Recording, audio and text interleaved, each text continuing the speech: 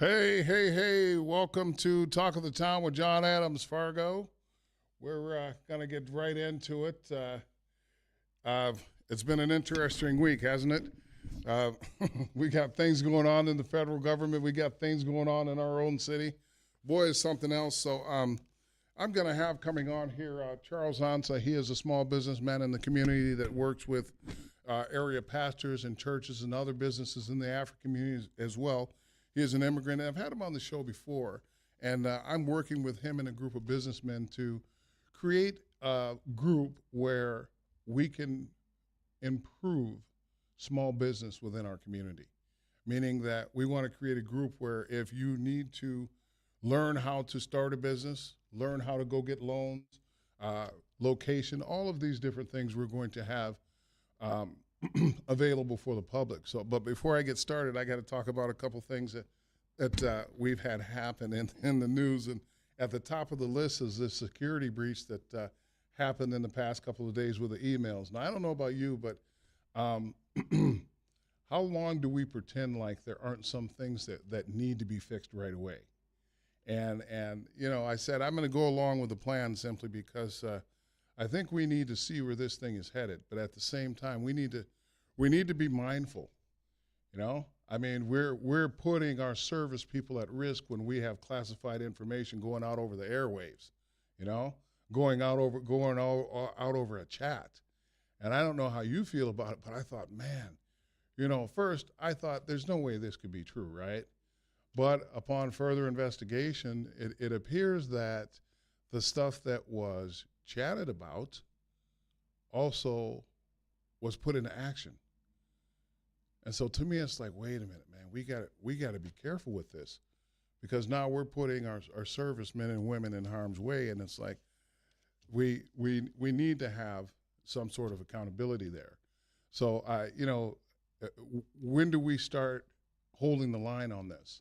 You know, when are we going to start having the investigations on this? I think it's something that it's important we need to pay attention to, you know, as citizens of the United States. Now, I've said it before, the government as a whole, we need to be watching closely, not just now, but even in the past. I mean, last year, I talked quite a bit about what was wrong with the government, and I intend to do so now, but I want to do so cautiously, you know?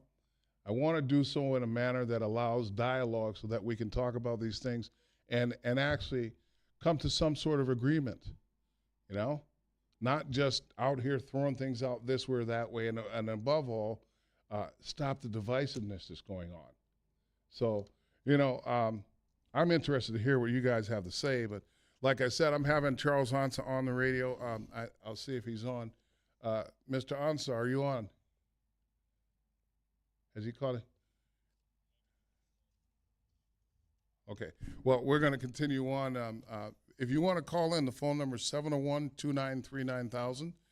You can call in and we could talk about that topic as well as what's going on in our area. Now, something happened today where there was a state senator that is getting sentenced for soliciting minors or something like that. And I found it interesting because here we have a guy who's clearly done something that he shouldn't have been doing.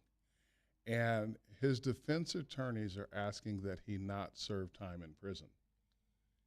And I just find that laughable that here we know that this guy is doing it.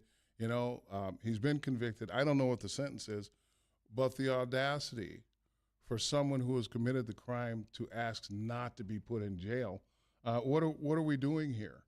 And how is that something that we should even that we should even have to hear about or ponder about? You know, I always say, you know, if you do something, you know, you have to be held accountable. You know, that has always been the rule of law and the standard for as long as I can remember. But we see people doing things, and it's like, where's the accountability? You know, where is the same standard? Apply the same standard you would to me to everybody else. You know, I mean, when did we get away from that type of position?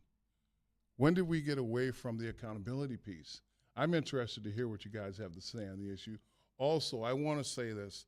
I got to see a lot of high school sports in the past couple weeks. and I'm not going to toot WD. Well, I guess I am. But if you didn't appreciate the coverage that we had of all the high school events, shame on you.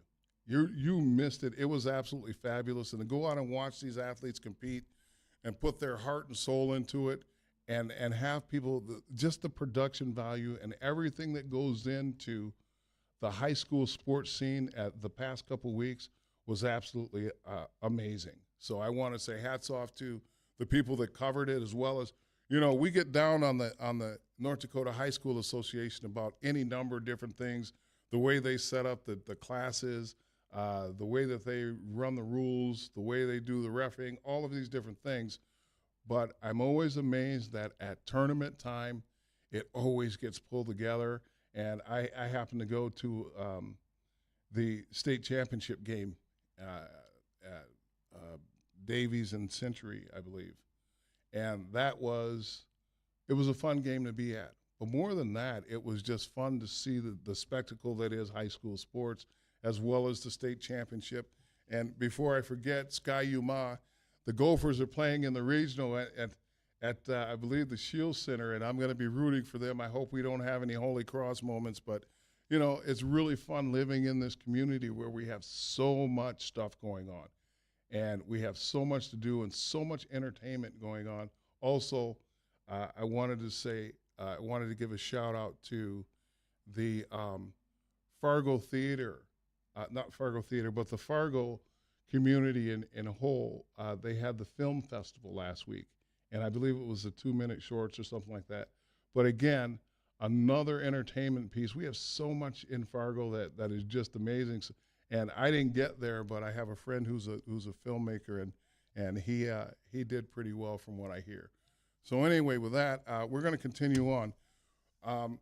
In terms of being a small business person, I've said it any number of times. I have a couple businesses, and I can tell you that starting a business can be one of the most taxing, stressful, anxiety-ridden undertakings. But at the same time, there's something that happens when you're working for yourself, and you see the value of what you do, and you build this thing. It's like a young child. You start off on its inception, and you're trying to move it forward and get to where you need to be, and pretty soon you've got a business. But in doing that, you also have to figure out, okay, what does having a business mean?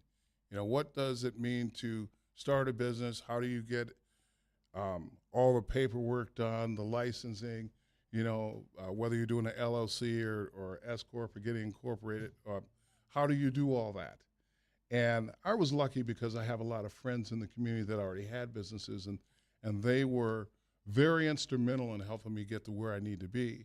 And the gentleman that I'm going to have on the show, Charles Ansa, he's a small businessman in West Fargo, and he is starting a group I am going to be assisting in and working in the background, so to speak. But we recognize that in our community, there's a piece that needs to be developed more, and that is nurturing people trying to get in the business, trying to keep our community strong. Small and medium businesses they used to be the backbone of the United States, okay? And in Fargo, you see a number of small businesses, and so I was talking to our host that was on before, and he was talking about the fact that, it's interesting because you see some businesses, small businesses, you see we're closing sign, our last day is this and that. But at the same time, you see businesses that say opening a second establishment. What comes to mind is Plaza Azteca. For a long time, the Mexican restaurant, great, fabulous food. They went from one store, now they have another store. I hear that Chi-Chi's is coming back. All of these things, they have to get their inception somewhere. Well, today we're going to talk about small business, leadership. We're going to talk about business support gaps, as well as how do we bridge the gap going from working to having a small business. So there we go. So Big Game James says we're already up against the break. When we come back, we're going to have Dr. Charles Ansa on, And we're going to talk small business in Fargo Moorhead. If you want to call in, the phone number is 701-293-9000.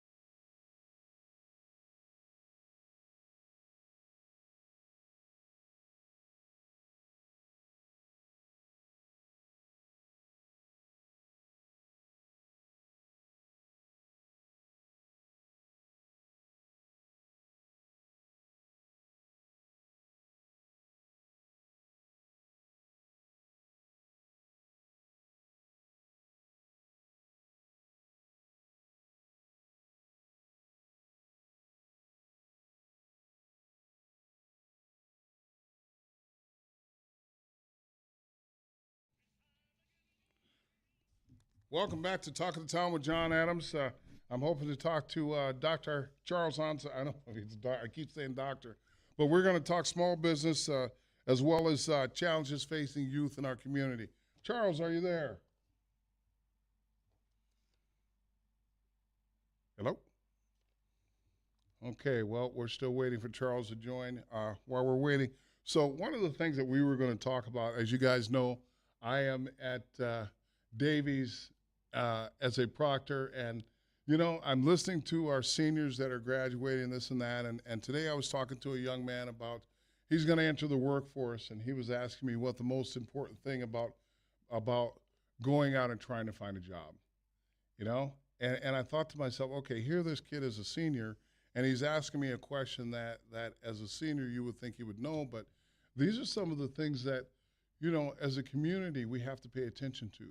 When our young people are in the community, it's a teachable moment. Now, I have friends that have kids, and everybody that knows me knows that I'm all about giving advice anytime I can if it's going to help the kids move the needle forward in what they want to get done. But, this group that we're putting together is going to be a place where people can call in and, your child can get that type of information. We're gonna hopefully partner with the SBA and do some work with the Chamber of Commerce where we're getting this information into our community. Now, I keep saying our community. One thing I want to talk about is that I've said it before. In our community, meaning the black community, minority community, immigrant community, the one thing that I've stressed is that we have to learn to do things within our community. And so, when I say that is, the government isn't coming to rescue anybody. That much is apparent in what we're doing. But we've always, in the United States, we've taken care of our own first, you know?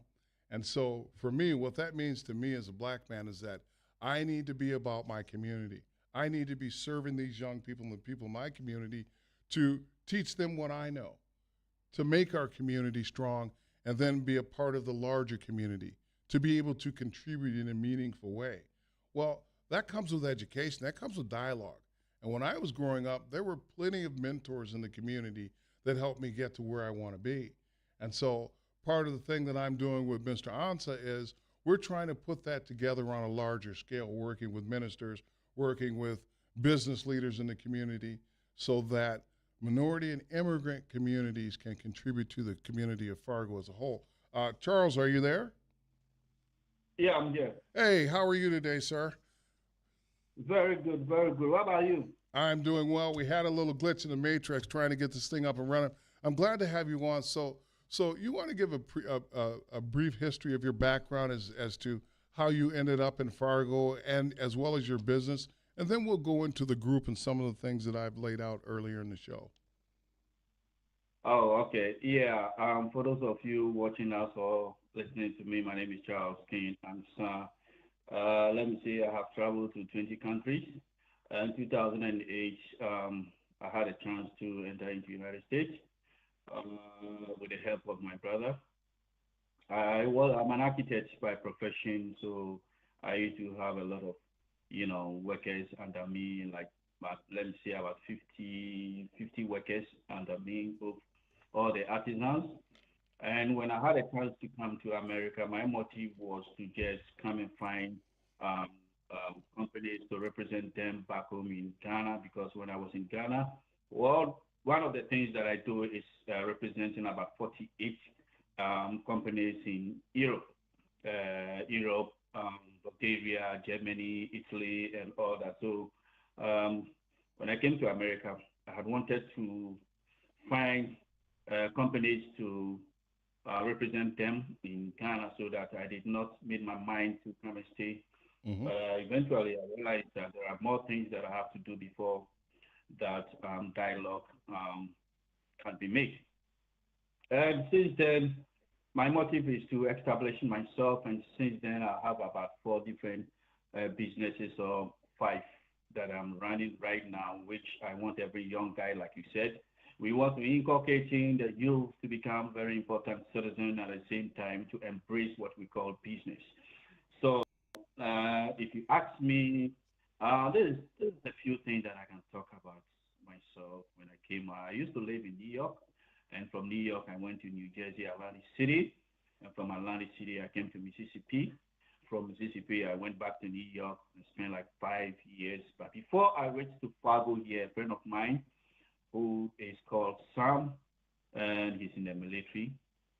And so he said, Charles, why don't you come here one day? So when I went back to Africa 2017, I decided to come and reside in Fargo, Morehead, which is 2017 around October.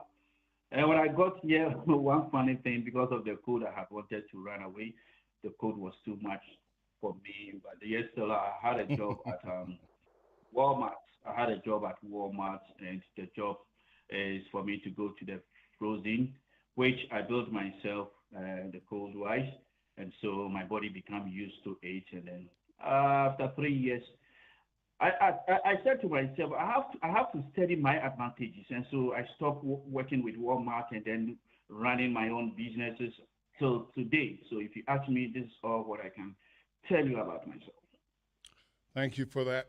So you and I have had in-depth conversations about how can we meet the needs of our community.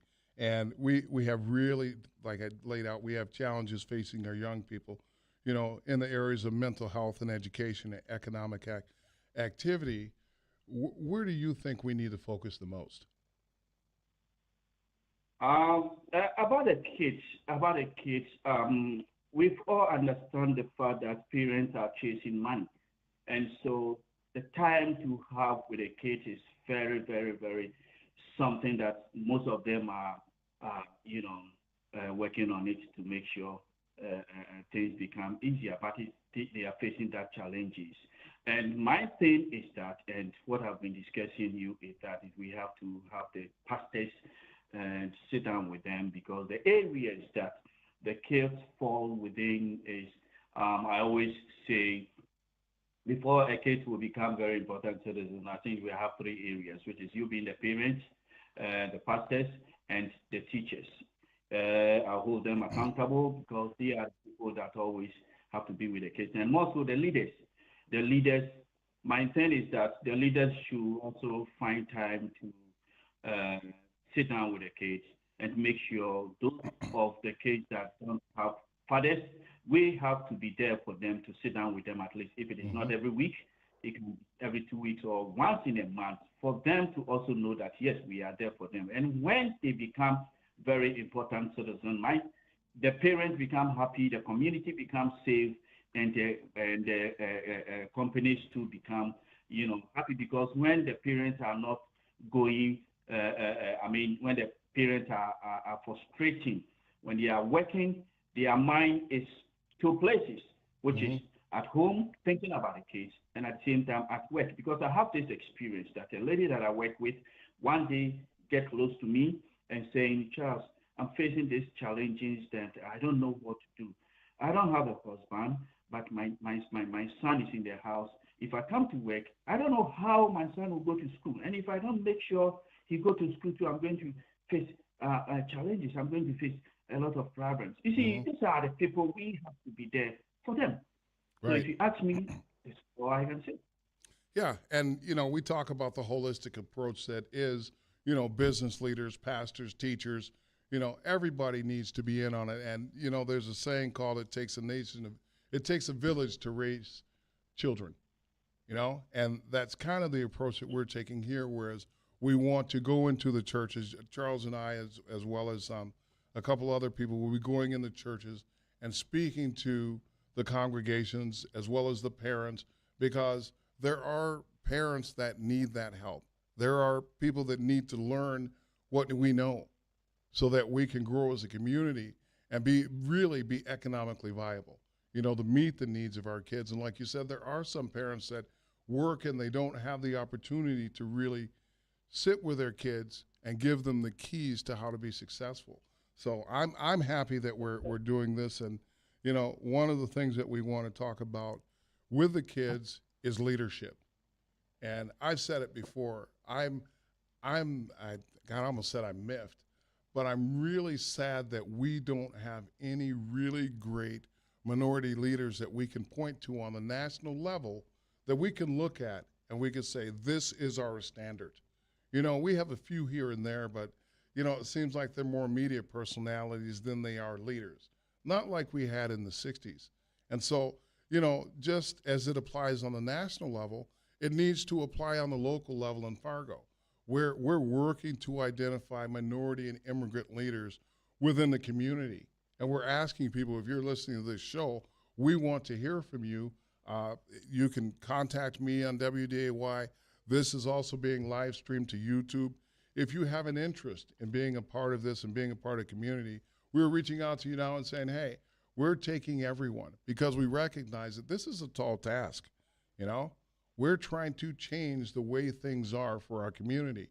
And that means being self-sufficient, being self-reliant, building our businesses, you know, to become more of a part of the community of Fargo-Moorhead, you know, so that our kids can be more a part of the community in Fargo-Moorhead. So in terms of leadership, who are some of the leaders that you see maybe in the community or have influenced you in terms of leadership in the Fargo-Moorhead area? Well, pertaining to leadership, or I mean, when it comes to leadership in the community right now, if you ask me, I'm going to quail most of them. I'll quail them, and I'm not afraid of saying it, because what I'm looking at is that to be a leader, you have to, within you, it has to come from inside. It's not about the title. Mm-hmm. You have to think about the well-being of the people in your community. Right. And what I'm seeing right now, most of the leaders in the community are not doing what they're supposed to do, looking at the whole thing. Mm-hmm. What we need to do is make sure we have meetings upon meetings, meeting at least in every month. Right. To see what exactly that is going on, what we need to do. Like Right. I said earlier on, we need to be there for these kids. And if we want to change the next generation, we need to start from the kids. And these kids that are confused, they don't know where their future is going. We have to be there as leaders. One of the things as a leader you can do is to think about the well-being of the people. Now, how many of them that will tell me they are doing whatever I'm saying? Well, they will say they are doing it, but to me, they need certain education. I don't know how I don't know how they will take it anyway, but I'm telling them the right thing. Thinking about the people is the best thing to do. I know some of them will say they are doing the right thing, they are helping people to fill applications and other things, but we have more things to do. Yes. What we have to do is to sit down with the kids. Like I said, I've been interacting with some of the kids, and when you ask them what is the problem or what they are going through and other things, they keep on giving the blame to their parents. Mm-hmm. Giving the problem to their parents. And then they don't even mention about the leaders, because when was the last time a leader called them? Mm-hmm. When was the last time a leader called them to see what exactly that is going on? Yes. Charles, I want you to hold on to that thought. I want you to hold on to that thought. We've got to go to break. And we're going to go, when we come back, we're going to talk about this, because you hit it on the head. It's very important that our kids see these leaders. So when we come back, we're going to talk more about leadership and what we need to do to be a strong, vibrant community in the city of Fargo.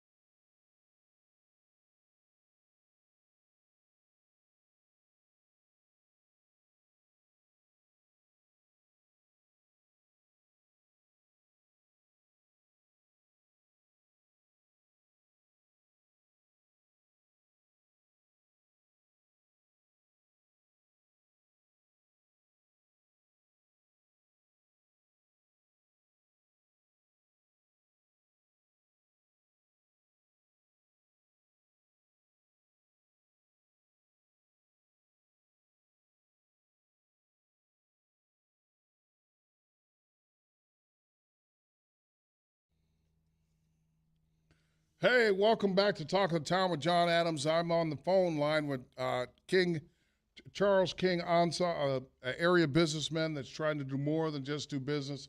He's trying to bring hope to our young people as well as other minority and immigrant citizens in the community so that we can be strong as individuals, communities, and contribute to the city of Fargo. When we left off, we were talking about the leadership piece. And Charles, you were talking about the fact that, we have people out here that are representing as leaders, but they're not necessarily moving the needle forward in the fact that leaders have to serve. And from my perspective, you know, um, I've always felt like if you want to help, okay, leaders don't lead from the front, they lead from the back. They support and they help bolster and they help empower other people to be great. And then you get in and you help people do the work that needs to be done to get to where they need to be. Charles, are you there? That looks like Charles isn't here. So anyway, we were talking about the fact that, you know, um, we have to take control of our communities. We know that we have community needs. We know that there are things that need to be done within a community. And frankly, I just feel like this. Why are we going to the government asking for anything? We have enough economic power within this community to support our communities. And not just our communities, but I'm saying as a whole. We as people need to quit looking to the government for all of these answers. You know, back in the day, we didn't look to the government. If we had a problem, we went to the church or we went to local leaders and we moved the needle forward that way. You know, um, we involved the government when we had to. For instance, small business. You want to go get a loan, you go to the government then. But for the most part, we look towards our neighbors for support and guidance and help. And I think that that's been lost a little bit in our community.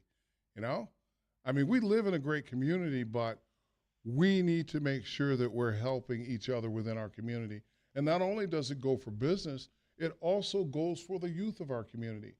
I said it before, we need to be doing more if we expect our young people to stay in this community because this is an older state. We have a lot of boomers that are retiring. We have a lot of people entering the retirement age. And if we're not focused on moving our young people forward and giving them a reason to be in this community, guess what? We're going to have problems with filling jobs. We're going to have problems with having basic things being met. Like right now, we have a shortage in the workforce, particularly in the trades. I've talked about it. I've had Jason Ehlert on our show, and we've talked about what do we need to make sure that we're still a viable state and entity within the community. So, Charles, you're back on the line. So let's talk about, I just mentioned it, that we used to go to the church, and the church would help out in that role of leadership. And frankly, I think it's going to be a good thing when we go in and we're allowed to talk to these congregations and speak to the needs of our community. Charles? Yep. Yeah, I'm here. Yeah. So you've been in touch with community leaders. How has this been received in terms of trying to get the ball rolling and helping our communities? In terms of businesses? In terms of business, in terms of meeting the needs of our people, has it been well received? Do you have a number of people that are on board with this? How many businessmen do you have currently that are going to be involved in this endeavor? Well, personally, my platform, I have about 60 to 70% that, members that own their businesses in the community, which I have more of them, but, most of them I haven't put them on the platform. And I know some of them too have certain challenges they are facing, if you ask me. Do you see this as something that we can get done? Do you get a lot of positive feedback, or is there more work to be done? There is more work to be done because some of them, I don't know if they don't comprehend what exactly we want to do in the community with them. Response like to cooperate Some of them, should I say introvert? But I don't buy that if it is introvert. Some of them too think that whatever they need in their business, they are not getting it. On last week, for instance, I met a guy that he said he has registered his business way back. He didn't get what he needed, and so he has to put the business down and start doing mobile business. So I told him to call me. I have Mr. Adams that whenever that driver comes to me, whatever problem he has, I have to reach to Mr. Adams and see what we can do to help such persons. So most of them are here facing challenges in how to build their businesses in different areas. Mm-hmm. Some of them those who are business oriented, they don't own their business, do want to register. You remember I called you the other day, I told you I have some people that have connected to you. Yeah, they haven't come back. Whenever they come, I'm going to connect them to you to also help them. So I can see that even those who own their businesses also lack certain education, which that was one of the reasons why I invite CPA on my show sometimes to also educate them when it comes to tax filings and other things. So if you ask me around business area, the circumstance of the business, we own it, but yet still we still have more things that we need to learn. So Charles, what I want us to do to help ourselves is once in a month, at least we can call all the business owners to meet. Like I told you, I'm contemplating to come out with it that I discussed with you the last time we met, which we have to move certain steps by August. There's something we want to do in the community. If you own your business, we want you to be part of it. Whatever education you need, we will invite dignitaries that will come, and so you put your questions out there. They will be ready to help. So we need help. Those who business need help in the community. So one of the things that Charles is talking about is that we are going to have a business seminar coming up in August that is going to address the very thing that we're talking about. But we also have business meetings within the community. I believe Fridays and sometimes Tuesdays we meet, where if you want to get information on your business, like how to run your business or how to start a business. So we're doing these little things. We're having community meetings where small business leaders can meet and they can get those questions answered. And this is the part that I talk about education. Nobody knows it. I mean, every year I learn so much about business as well as life and mentoring and children and stuff like that. Well, everybody needs somebody, a support network or a group of people that can help them move whatever endeavor they have forward. And so that's the main reason for our platform, is that we want people within our communities to know that there are leaders out there. And I hate to label myself as a leader. I'm somebody who's a facilitator. I try to help where I can. And like Charles is helping with the business aspect in the African community and meeting with African friends and family to try to help them to understand that we are putting together a network where we are going to be able to help ourselves and get our communities where they need to be. Big Game James says we're already up against the last break. If you want to call in, the phone number is 701-293-9000. We'll see you on the other end of the break.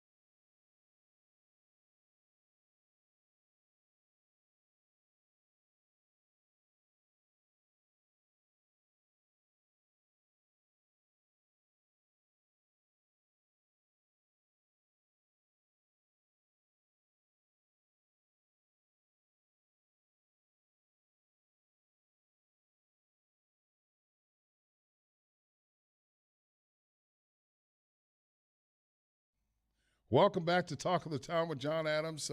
We had a little space there. I was spacing out as I was as I was making my show notes to wrap up this segment. But I had Dr. Anza. Dr. Anza. I hope he's a doctor. Anyway, I wanted to have him on because I wanted to show that we don't always see what's happening in other communities. We don't always see what's happening in the immigrant community or the minority community. But I can tell you that there are about 20 to 30 gentlemen that are working behind the scenes to basically let's start being self-sufficient. Let's start looking in our own communities and take care of our own house and then become a part of a better part of Fargo. Take responsibility for our kids and our resources. That's what has to happen. And that's the way we've done it in the past, and I don't know why we got away from it. I mean, people are more busy, TikTok generation, whatever it is, but I do know this. There's a formula to success, and it starts with our own homes, teaching our kids solid values. But at the same time, there has to be that outreach that reaches further than just our immediate existence in our family. It also has to meet the needs of the community, okay? And every day I work with wonderful young people and a great staff over at Davies, as well as some other people in other schools, and I see people doing that, And in the midst of all the negativity and all the political rants and raves and this side and that side, what I see behind the scenes is a lot of positivity, I see a lot of people working for the good of the community, and we all need to be involved. We need to get re-engaged, We can't sit on the sidelines because, let's face it, it's up to us to teach our youth. I hear a lot of complaining about what's wrong with them, but at the same time, we need to have that leadership. So if you have a mind to become involved in these things, you can call the studio and get my number. You can email me on the email. You can contact me on my Facebook page. There'll be stuff on the YouTube. You can go back and watch this show on YouTube. There are going to be a lot of avenues. In the coming months, you're going to hear more about this because this is important. This is what matters to us and not just our kids, but I always say that you always have to start with your own house, and in this case, my house is the minority community, okay? It's immigrants, I'm not leaving anybody out, but I'm saying we need to be focused on the things that we need for our communities because each community makes the community great. Oh, man, I did not just say that. Holy cow, that sounded too close to MAGA. By the way, on an interesting note, I was informed by one of the students that I actually am probably a MAGA supporter. She couldn't have been any further from the truth, but I thought it was interesting. She just said, I just seem like the type of guy that would be a MAGA supporter. And I was thinking to myself, man, is that what I project? So if you guys want to weigh in, you can call me on the next show if you think I'm MAGA or anti-MAGA. I pretty much know the answer to that question. But at the end of the day, okay, we live in a great community. And the only way that we can make it vibrant and make it a great community is we need to have that dialogue. I appreciate Charles Hansa coming on the show so that people could see that behind the scenes, there are community leaders in every community within the Fargo community that are working to make Fargo a better place. But we can't do it alone. We need the support of everybody. So if you have an interest in what we talked about today, please, you can call in 701-293-9000, or you can hit me up on my show page, the Facebook page, WDAY page. What do you have to do? Listen in the coming weeks on the show because we're going to talk more about the things that matter in this community. Most of all, it's serving the youth and the people that need help in our community. I want to thank you guys for tuning in. Sorry about the production issues. Sometimes that happens. I've been on the show for 2 years. First time we've had that much of an issue, but I appreciate you guys for tuning in. This is Jon Adams for Talk of the Town. Have a great week, and as always, stay black.